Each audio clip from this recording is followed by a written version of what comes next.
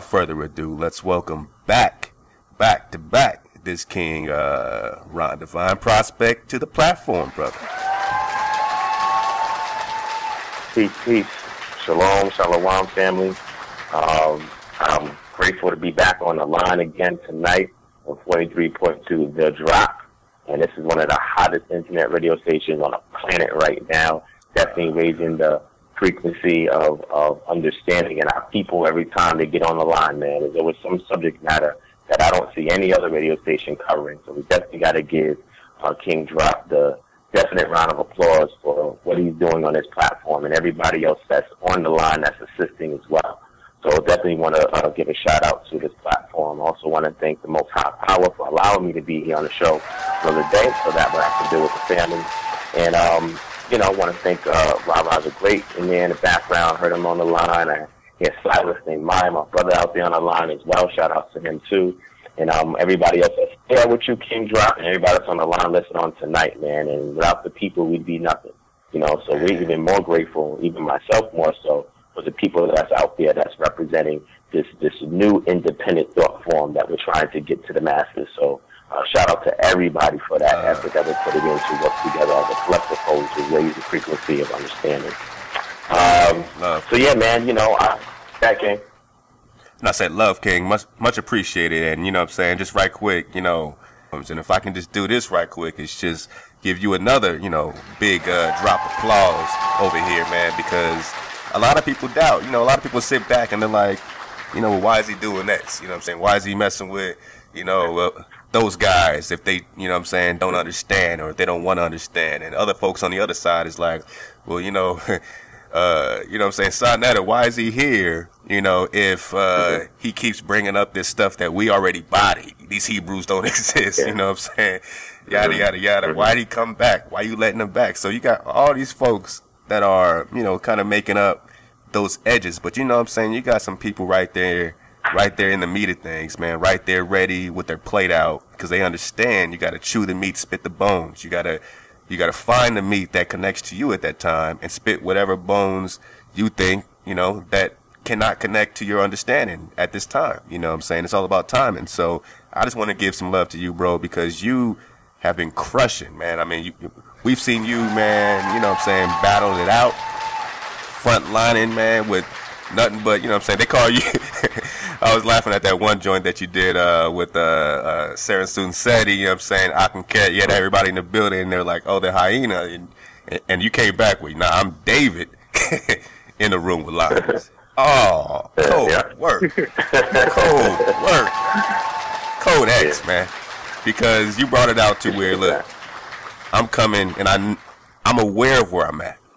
And because I'm aware of where I'm at, the people understand that information has to reach all platforms. And if you have an opportunity to expand and to bridge out and talk to people that other folks that, have different opinions, don't want you to talk to because they don't, think it's going to be relative, but you make it relative because you put your own research and your own energy to this formation. When you form the drop and you give it to us, Divine Prospect, our brother Ron Shields, I call him Research Jones.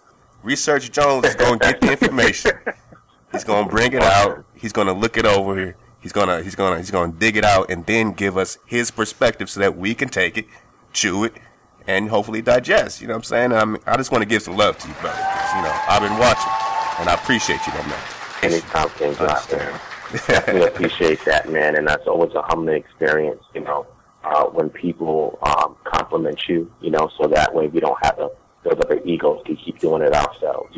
That's why a lot of times people would say to me, well, why don't you have like a deep, heavy intro when you start? I'm like, man, it's not about me. It's about the people that I'm here to serve, And what I've noticed is that humility, modesty, unity, and tact is the best frequency to convey thought to the people.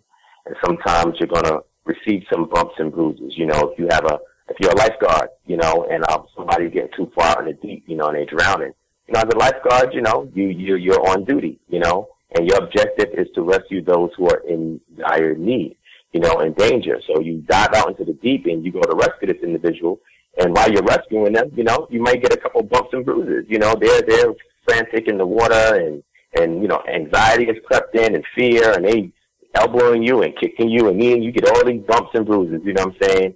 But your objective is to rescue them that's out in the deep and bring them back onto dry ground, so that way they can get a renewed perspective in regards to what went wrong, you know what I'm saying? But some of us have to make that sacrifice as lifeguards and jump out into the deep where nobody else wants to go. Because I've never seen a lifeguard jump out to go rescue people, and all the people on the beach jump out with him, you know, to go rescue the person that's drowning. You know what I'm saying? I rarely see that, you know, but it's all about leaving an example, you know. So I'm willing to be the sacrificial lamb and go wherever I need to go, you know, for the sake of, you know, helping the people. And it's not just about the information.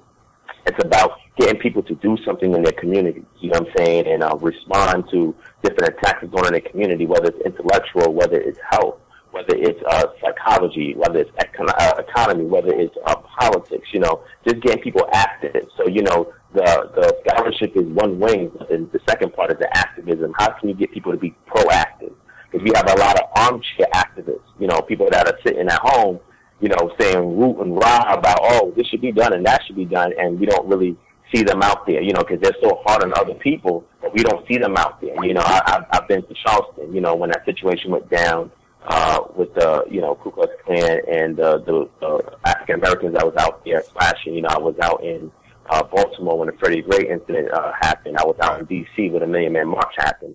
You know, I was out to the rallies that we had out here in Atlanta. I was in Chicago for another rally that they had out there, you know, going there to build with the people, you know. So I never let my work of scholarship ever detach me away from the plight of the people that's out there, you know, that really need, you know, not just a big brain, but also a big heart to be out there to serve and help the people, you know.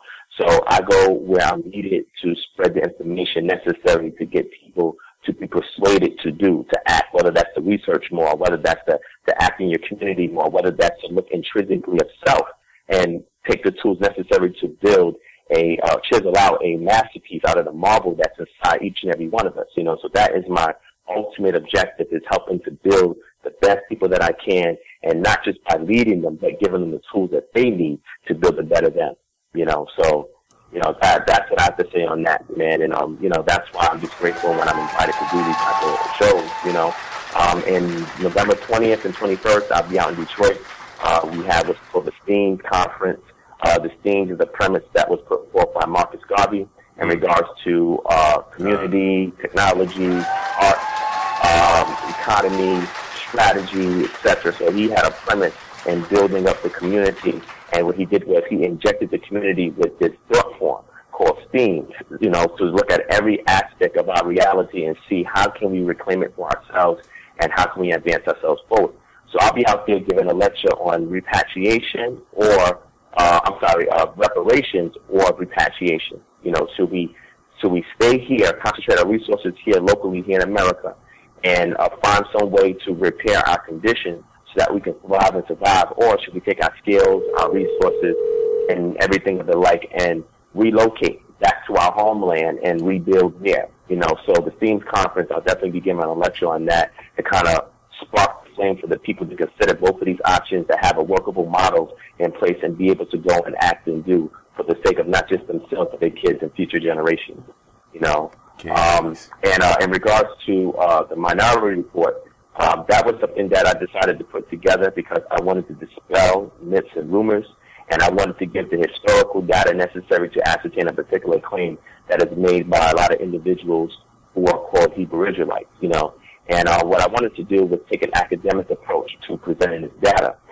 Kind Brother had offered me a publishing deal to create an academic textbook. You know, I had deals to create a regular book on various subject matters. And when I heard about the textbook, I said, you know what? This is the direction that we need to go. We need to take it to the next level and get our material in the university, so that way when our kids do go to the university, they can reference our work. And not only reference our work, but we'll also have the leverage to start teaching classes and courses in these universities. And from there, we can extract resources and go back to our communities and create homeschooling centers so that we can permeate it with more and more of this information. So I figured, you know, we have to enter into the think tank systems that are educating the youth, that are educating the world, and be able to penetrate it and leave our stamp, leave our mark, leave our legacy there that can be referenced for times to come. and take those resources that we garner from that and bring it to a local level to help build up homeschooling centers in our community. So that's